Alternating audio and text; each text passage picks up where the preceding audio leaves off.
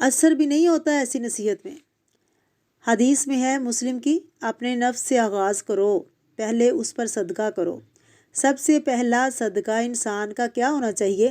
اپنے نفس پر، اور اگر بچ جائے کوئی چیز تو اپنے گھر والوں پر، پھر باہر۔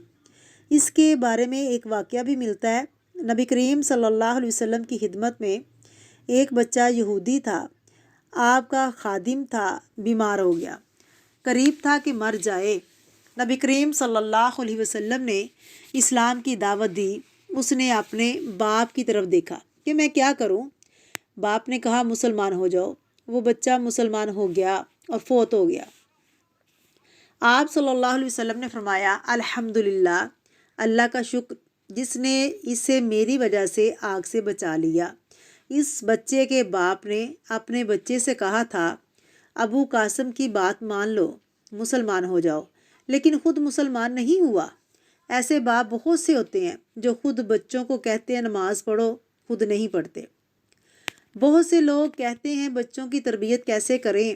بچوں کی تربیت کا بہترین نسخہ یہ ہے جو کام آپ بچوں کو کہیں وہ آپ خود کر کے دکھائیں۔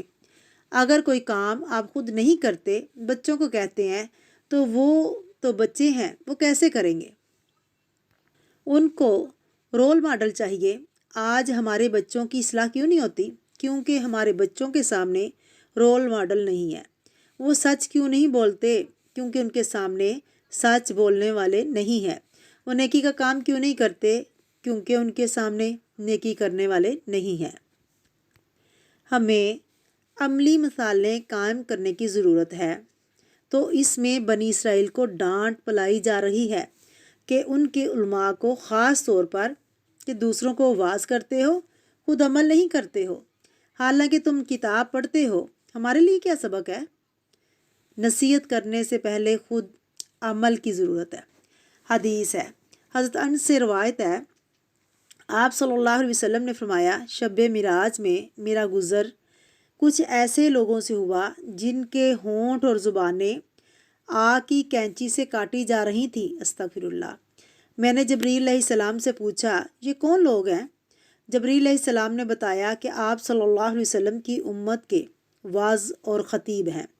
لوگوں کو نیکی کا حکم دیتے تھے اور خود کی خبر نہیں لیتے تھے، یعنی عمل نہیں کرتے تھے۔ اللہ ہمیں عمل کرنے والا بنائے۔ ابن ساکر نے ایک اور روایت کی ہے، رسول اللہ صلی اللہ علیہ وسلم نے فرمایا جنتی دوزخ میں دیکھ کر پوچھیں گے کہ تم آگ میں کیوں پہنچ گئے، حالانکہ تم ہمیں نصیحت کیا کرتے تھے، تمہاری وجہ سے ہم جنت میں پہنچ گئے۔ وہ کہیں گے ہم زبان سے کہتے تھے مگر عمل نہیں کرتے تھے۔ تو خاص طور پر کتاب پڑھنے والوں کے لیے اس میں بہت بڑی نصیحت ہے۔ وَأَنْتُمْ تَتْلُونَ الْكِتَابَ، تم کتاب پڑھتے ہو، افلا تعقلون، کیا تم میں عقل نہیں ہے؟ تم عقل سے کام لو۔ کوئی ایسا نہ کرے، وہ بے عقل ہے۔ عمل کیوں نہیں ہوتا؟ بہت سی چیزیں جو ہم چاہتے ہیں کہ عمل کریں تو نہیں ہوتا، کیونکہ مشکل ہوتا ہے نا۔ اس کا حل بتایا جا رہا ہے اگلی آیت میں، وَاسْتَعِینُوا بِالصَّبْرِ وَالصَّلَاةِ، یعنی مدد مانگو صبر اور نماز کے ساتھ۔ اللہ رب العزت حل بتا رہے ہیں کہ اے انسانوں، عمل کرنا مشکل نہیں ہے۔ اگر اللہ سے تم صبر بھی مانگو گے اور عمل بھی مانگو گے تو انشاءاللہ اللہ تعالیٰ عمل کرنے کی توفیق بھی عطا فرمائے گا۔ ورنہ ایک حدیث میں ہے کہ 3 لوگ ایسے ہیں جن سے جہنم کو بھڑکایا جائے گا۔ اللہ رب العزت کے سامنے ان لوگوں کو پیش کیا جائے گا۔ ایک ان میں عالم دین ہوگا۔ اللہ فرمائیں گے کہ تمہیں میں نے عالم یعنی قرآن کا علم دیا، تو نے کیا کیا اس کا؟ کہے گا اللہ ساری زندگی میں لوگوں کو قرآن پاک پڑھاتا رہا، لوگوں کو تعلیم دیتا رہا۔ اللہ فرمائیں گے کذبتا کذبتا، تو جھوٹ کہتا ہے، تو نے قرآن پاک کی تلاوت اس وجہ سے کی کہ لوگ تجھے قاری قرآن کہیں، لوگ تجھے کہیں کہ کتنی خوبصورت آواز ہے، تو نے اس لیے نہیں کی کہ میری خاطر۔ تو لوگوں نے تیری تعریف کر دی، تجھے قاری قرآن بھی کہا کتنی خوبصورت آواز ہے۔ فرشتوں کو کہا جائے گا اس کو بالوں سے پکڑ کر اوندے منہ جہنم کے اندر ڈال دیا جائے، اور فرشتے اس کو جہنم کے اندر ڈال دیں گے۔ اللہم لا تجعلنا منہم، اللہ تعالیٰ ہمیں عمل کرنے والا بنائے اور ایسے عالموں سے محفوظ فرمائے۔